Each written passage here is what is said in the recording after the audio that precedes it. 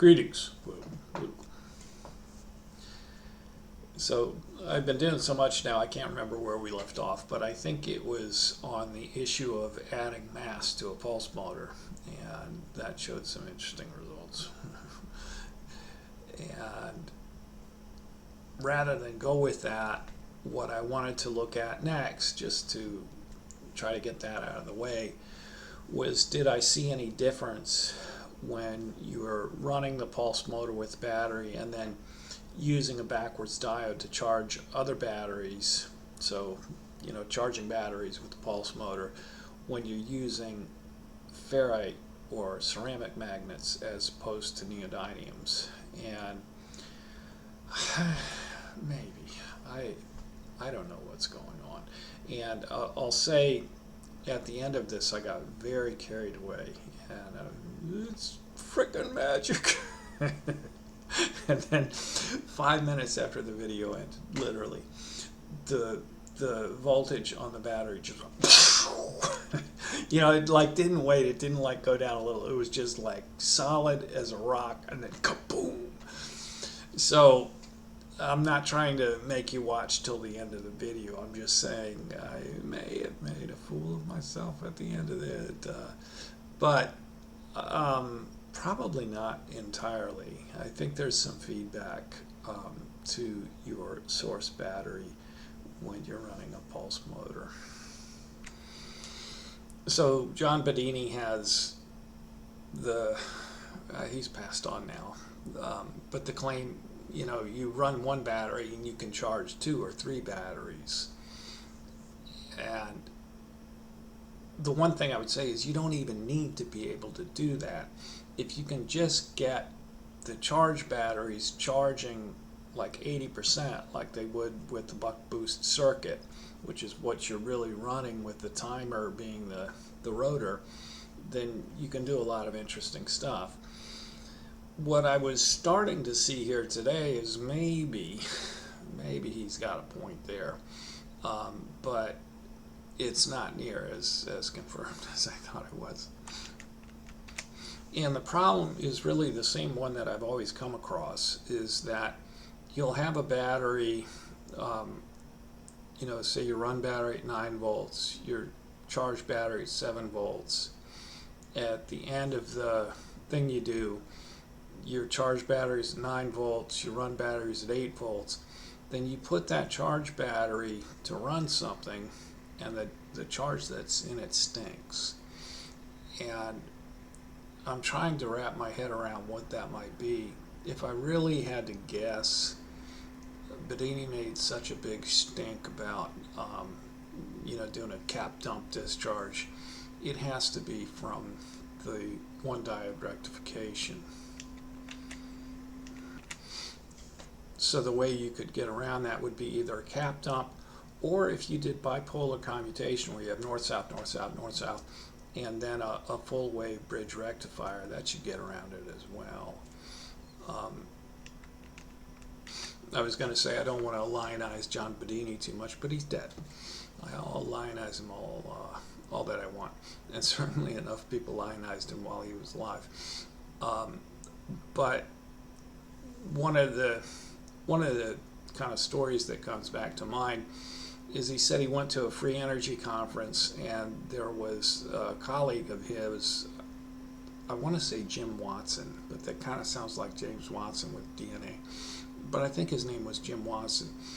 And so basically a simplified schoolgirl circuit pulse motor, not exactly, but very close to that, except for the rotor was off of an aircraft carrier, the thing that like threw the aircraft off. So the thing weighed like 2 tons.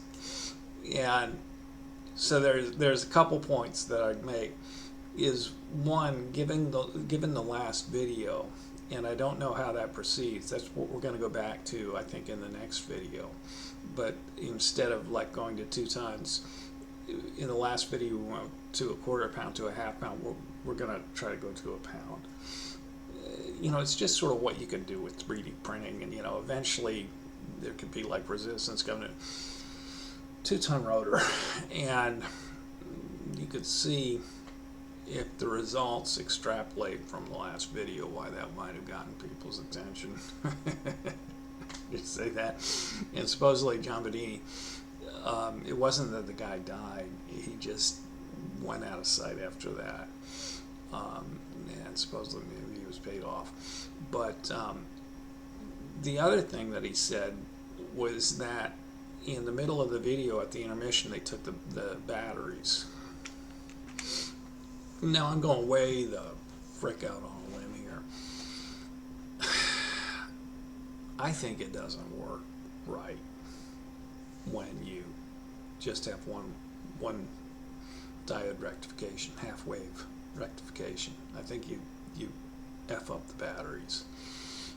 And so that, Bedini was saying, oh, they took them to look at the battery. I mean, they took them, I think, mainly to stop the demonstration.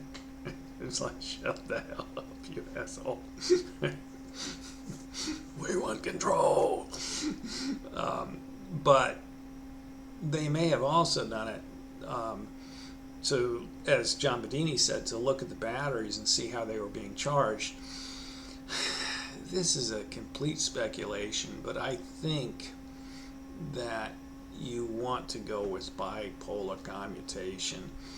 And you could do it also with a cap dump, but I think it's much more complicated. I don't know if any of you ever read, like Lord of the Rings or something like that. Lots of other books do. But, it's like one chapter you're with Gandalf, one chapter then you're with Frodo, and then one chapter you're with Aragorn. And, it switches around like that. And so what I'm saying here is that here I'm going to be looking at, this was an attempt at battery charging. And it wasn't terrible, but it wasn't great. But in the next video, I'm going to go back to adding more mass. We're going to make some new rotors to add more mass and see if that thing that we saw before was just happenstance or whether that's a trend that continues. And then after that, go back to bipolar commutation and see if that fixes some of the nonsense that I'm seeing with the batteries not having as much charge in them as you would expect from the voltage that they're setting at after they're registered. But all right, I'll show you what I've been doing the past couple days. Thanks. Thought I'd show what I'm working on now, if anyone is interested. So we got the thing spinning again. Well, it actually kind of helps. And it's spinning at around 800, 900 RPMs. It doesn't help there. So this sensor value lets you change the duty cycle. And previously when I was running it at 4 volts, that was 625 and 625. And we were running at about 800 or 900 RPMs. Here I've extended that out, and we're again running around 900 RPMs. But we're at 8.8 volts. And that's because I'm going to run it off a 9-volt battery here in a moment. And I got some cheap analog meters, and we can see we're drawing 20 milliamps. And so I've got the backwards diode in there, if you can see it, and it's shunting out to just a tiny little cap, and then the other end of the coil to the other end of the cap.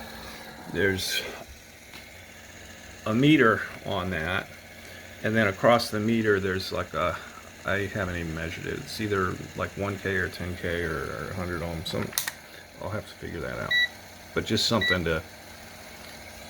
And so with the resistance, we're at 5.6 volts on that cap. If I disconnect, well, I can probably get away with it. We're pretty much instantly at 100, right around 100. So with that set up, I thought I would put the oscilloscope across the two ends of the coil, which is what the yellow and the white line are. And this is what we see, which I find pretty interesting. Here, this is a 10 volt scale, and we're at 8 volts. So this is where power is flowing in to the coil. And this is what I'm saying about with the timing, that this part here can change, and that changes your duty cycle. And eyeballing it, it's about a 20% duty cycle.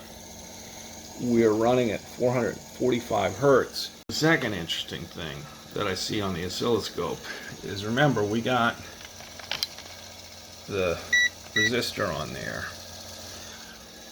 What is that? And we're at 10 volts. And if I even change the scale, we still got a 100 volt spike. And again, 100 volts, I have the AC relay is a 100 volt relay, so I don't know what the spike is. But down there it seems kind of pinged at 100. Now, let's get that back to where it was. Another interesting thing is if we zoom in. That's interesting to me. So as a guess, I would say that can't be the coil oscillating with the capacitor, because not just the resistor, but the diode there would chop off half of that oscillation. If I really had to guess, and I don't know, but I wonder if that's not the oscillation of the ferrite magnets with the coil. And you can see it's really fast. If we can go in, we're now on a 5 microsecond scale. So it's about a 10 microsecond oscillation. So I just found that interesting. What I'm going to do now is take a battery, run it off a battery, and then that one's dead, so I'll connect that battery to the cap, and I'll disconnect the resistance. And there's sort of two questions. One is, how well does that battery charge while the other battery is running it? And the second question is that we know we have about a 20 milliamp draw, and we know that these things are rated at 250 milliamp hours. Now that'll change depending on the draw. This isn't a real big draw, and it's also, as the batteries get older, they lose capacity. So ballpark it, say 200 milliamp hours, 20 milliamp draw. Will it run for longer than 10 hours without the battery going dead? And if it did, I would think it would have something to do with that. But that'll be, so those will be the two questions. And you know, this isn't one where, you know, I mean, of course I could just be lying if there is anything strange. But you can build it yourself. It's not that difficult. There's just the one switch and whatnot. I still have if you can see it over there, a neodymium magnet rotor the same size. So one thing I could do, now that I've figured out how to put this on the oscilloscope, is put it on the oscilloscope and see if you still get that. And I have a hunch that you're not going to see that with the neodymiums if that oscillation is from ceramics. So that's something to do. But I got this dialed in right now, so I want to do the battery part first, and then that'll be something, and then return to the question of mass. And I figured out a way to put a lid on this thing so that you don't have these things potentially flying off. And then if we wanted, you could spin this up, I don't know, maybe 3,000-4,000 RPMs.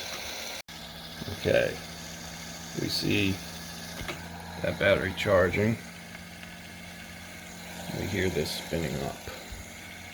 It started at 7.2. I'm hoping it's not a fried battery, because it's charging really quickly. And the main thing is, after 10 hours, what is the voltage at battery 7? Because it should be dead in 10 hours. Started at 9.79 right off of the wall. Alright. So I ran this thing for about 3 hours last night before I went to bed, and the run battery has dropped from 9.79 to 9.03. And the charge battery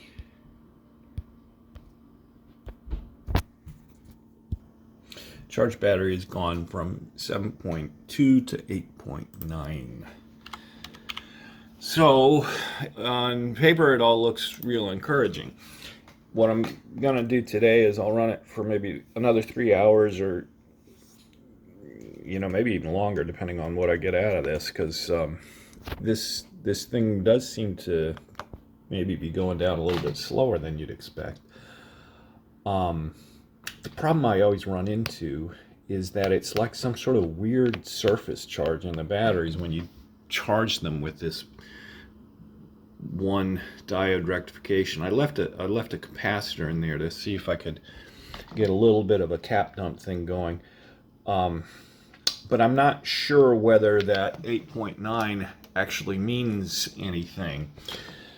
So I'm going to charge it longer, and then I got another dead battery, and so the thing to do is to try to run it off of the charged battery, and hopefully this time the voltage will actually mean the sort of capacity that you would expect the voltage to mean. The son of a gun. So I'm spinning it the other way now, and we're already up to 9.17. So I think this is an example of that battery conditioning thing that you get when you only have single diode rectification or half wave rectification. So just real quick, this is after another 3 hours. That's just been sitting there for like a minute, so this would probably go up a little and this go down a little. I'm going to spin it another 3 hours. I think it's spun about 6 hours so far, and this battery's holding up really well. So I don't know if I'll spin it another 3 hours, but I'm going to spin it a little while longer, and then I want to get to the bottom of the question of, is this going to look like it has beautiful voltage, and then 15 minutes of it trying to charge another battery and it's dead. I see that a lot. I have previously. Hopefully not this time. After letting it spin for a couple minutes, for 916, right around there, 916 RPMs. The charged battery is at 8.17. The run battery is at 9.19 after about 5 minutes of running. This is better than I usually see.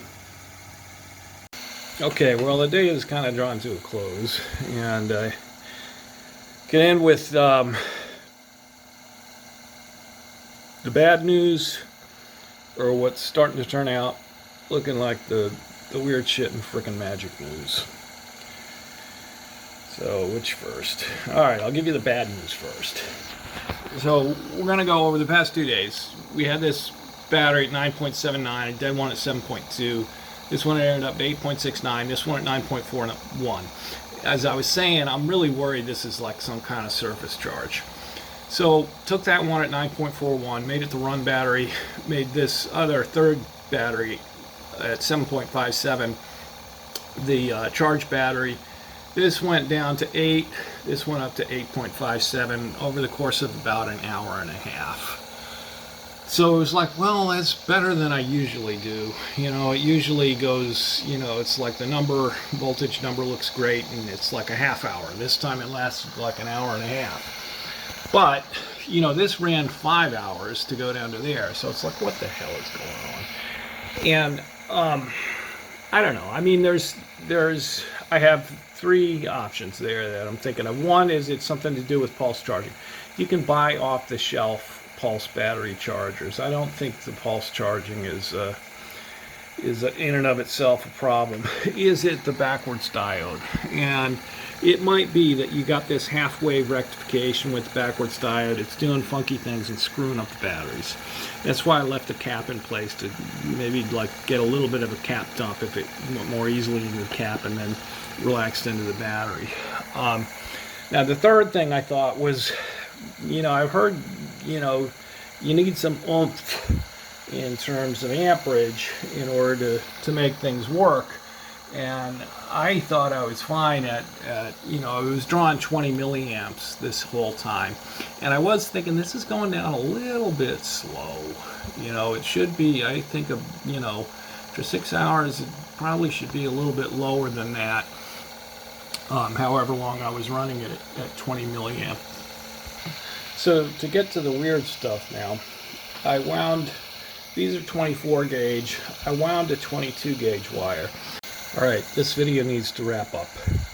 There's the bad news, and there's the what's starting to appear to be the weird shit and freaking magic news. The bad news is that these batteries, when I charged them initially, seem to just have a surface charge. So we start off 9.79, this one at 7.2, after a day 8.69, 9.41. Yay, everything looks great. So this one's at 9.41. I took a third battery at 7.57. After about an hour and a half or 2 hours, this battery was dead. I mean, this took like 6 to 8 hours for this to go down to there. This was down to 8, and this was only up to about 8.57. So it's like, this is what always happens to me. But I would say that this was actually a little better than I usually do. I mean, usually it's like a half hour or something. So it's like, hey, making progress. So it's sort of, why is that happening? Maybe 3 reasons. Is it the pulse charge? I don't think so. There's off-the-shelf ones. Is it that you just have the one diode rectification and that's screwing with the batteries? That might be it. You can get around that with either a cap discharge or a bipolar commutation where you have north-south, north-south, and a full wave bridge rectifier.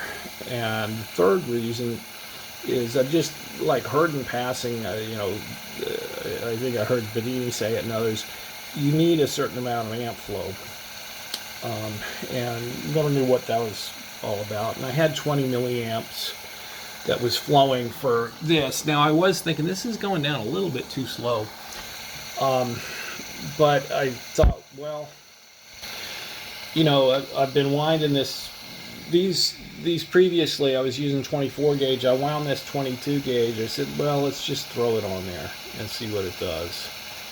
And the thinking was kind of a couplefold. One is that those are 250 milliamp hour batteries, and I'm drawing 20 milliamps, so you know you're looking at, you know, at least 10 hours to try to get an answer. If I'm going with when I set this thing up, it turned out to be a 60 milliamp draw. So 60 milliamp draw, 250 milliamp hour batteries, you start to get your answer a bit more quickly.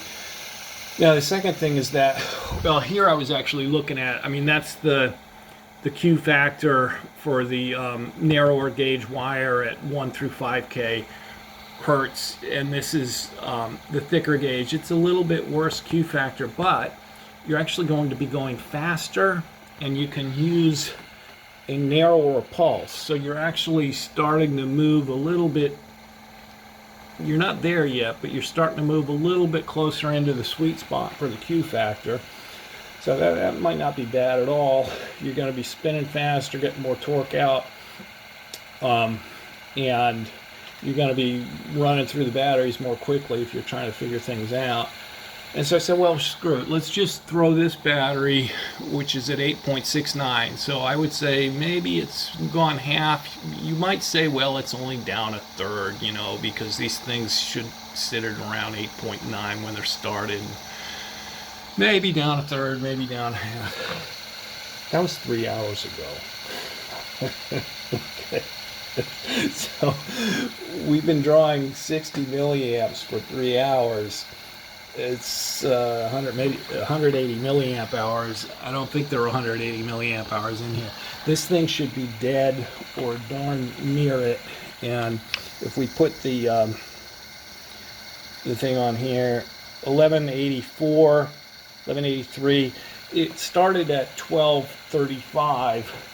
So this hasn't gone down much at all in 3 hours when it should have gone dead in 2 to 3 hours.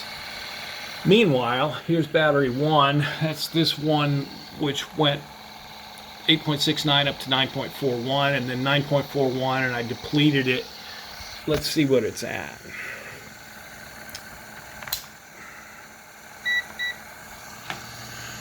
Hey, 9.54.